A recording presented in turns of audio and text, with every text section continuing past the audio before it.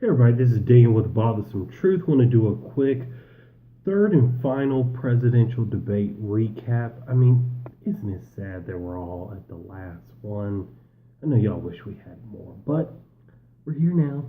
So, I want to talk about this debate a little bit, but I don't want to do it as an inside baseball kind of way where I break down certain things. This is the third one. We know the candidates. I kind of want to break down what I think that they were trying to do in this last debate that I think was key for them and whether they did it or not. So we know Trump, we know Clinton. After the last debate and the way that Trump did with the tapes, the way he was stalking around the stage, the way he came off in the last debate, I think he came into this debate trying to put as much attention as he could on WikiLeaks, trying to stop some of the bleeding in the last debate, and I honestly think he's also trying to set the stage for saying that the election is rigged. There was a lot of talk before this debate of him saying that, and then also during the debate he talked about that, and then also hitting on that new WikiLeaks release about how one of Hillary's campaign people was talking about ways to bait Trump supporters into physical confrontations based on their instability, quote unquote. And I say that because I've heard the reporting on it. I've got to read a little bit more about that WikiLeaks. But I say that in quotation marks because we don't want to be labeling people unless we have solid evidence to substantiate it. Hillary, I think, went into this debate and I think she's trying to do what she's always been trying to do, which is play prevent. She's trying not to do anything to mess herself up. She's trying to let Trump just mess himself up and talk himself in the holes. Take some good punches when the opportunities are there when it comes to women's issues and things, and then try to make it at least appear that that she's good enough to get your vote, but maybe not for you to like her. I think Hillary knows that there's just not a lot of people gonna like her, but I think she's still trying to get the most amount of votes that she can, especially with early voting having started in various places, including in Georgia. So how did they do? I think Trump didn't really do anything to help himself further. I think the tapes have really sunk him.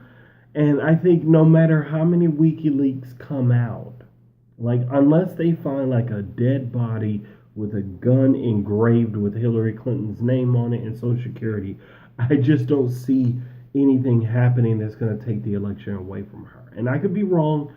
There's still a lot of time to decide, but just when I look at the polls and things, I don't see where he can win that. But I think what he tried to do is really set the stage to say that this election is rigged, and it kind of helps him have a soft landing if in fact he does lose. And so then when I look at Hillary, I think she accomplished her goal, which was just being safe. Not saying anything too much that would get her in trouble, although I think some of the comments in the debate could give her a little trouble later, like she was talking about unborn persons not having rights. That was one of the early questions in the debate about abortion. And it wasn't that she said it, it was a quote that was brought up to her that she said in the past by Chris Wallace. So she might have to answer for a few things there. Gun control, they're going to get on her about that. She's just got to fight through it if she wants to win.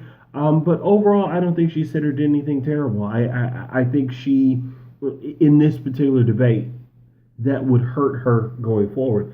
She's not a candidate I support or agree with or believe, so I'm not saying she's fine. What I'm saying is I don't think she did anything to take away points for herself in this debate.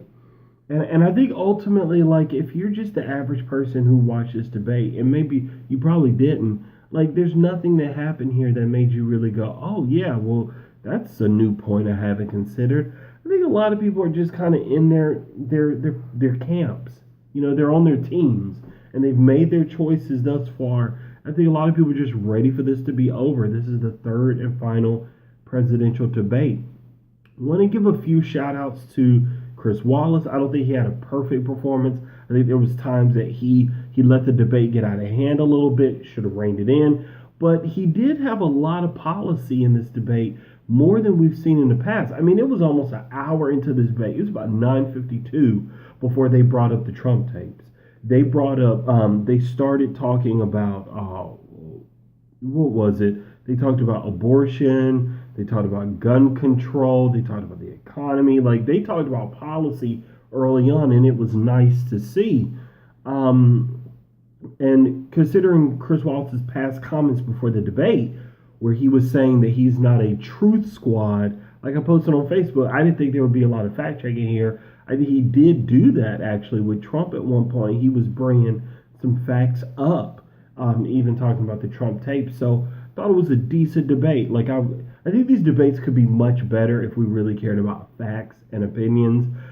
Even the structure of asking some surface level questions and not really digging into topics. I just wish the entire debate system was done better, but I don't think it's really built for us to really get into deep philosophical and political discussions about concepts and ideas and facts and data. I think it's more so about very surface level positions that could be just picked apart in the media for ratings. So now, tell me what you think. What did you think about the debate last night? Were you impressed? Well, I say last night because it's going to be up like the next day technically. But what did you think about the debate? Did you enjoy it? Were you surprised? Was there anything that shocked you? Did you enjoy the bad hombres comment by Donald Trump? He probably meant hombres, but I hope that makes its rounds on Twitter. Did you not even care? Did you even watch it? What are your thoughts?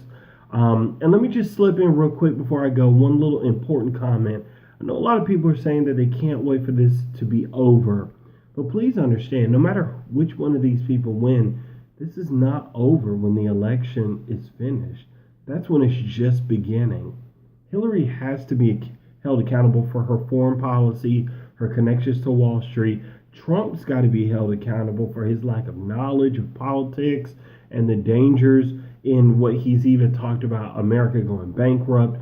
So it's not over just because one of them wins. They both have to be held accountable so that the right thing is done for the most amount of people, especially working class people in this country. So please don't think it's over just because you vote. Your vote is just one action. We've got a lot more work to do to turn things around. So this has been Dane with the Bothersome Truth. Can't wait to hear from you, and I hope you have a good